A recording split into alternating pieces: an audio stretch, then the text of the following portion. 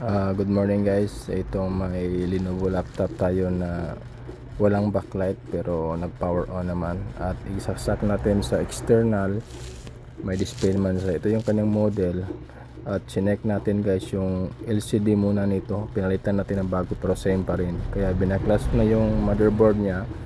At nakita natin na hindi pumasok yung 19 volts dito sa may resistor galing dyan sa kapasitor dyan. So dyan ang pira natin ito.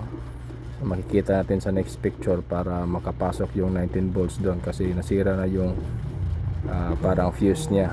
Ayan, so yan yung jumper ko guys, nilagyan ko lang ng fuse para safety guys. Pwede nyong palitan yan kung meron kayong pamalit, pero kung wala, pwede ring i-jumper yan sa ganyan sa picture. O ayan, nag-display na guys. So mabilisan lang tong tutorial na to guys.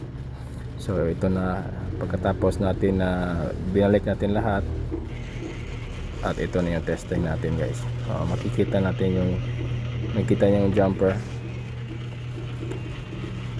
Ayan, may display na siya. So hindi LCD ang sira. So don't forget to like, subscribe guys. Peace.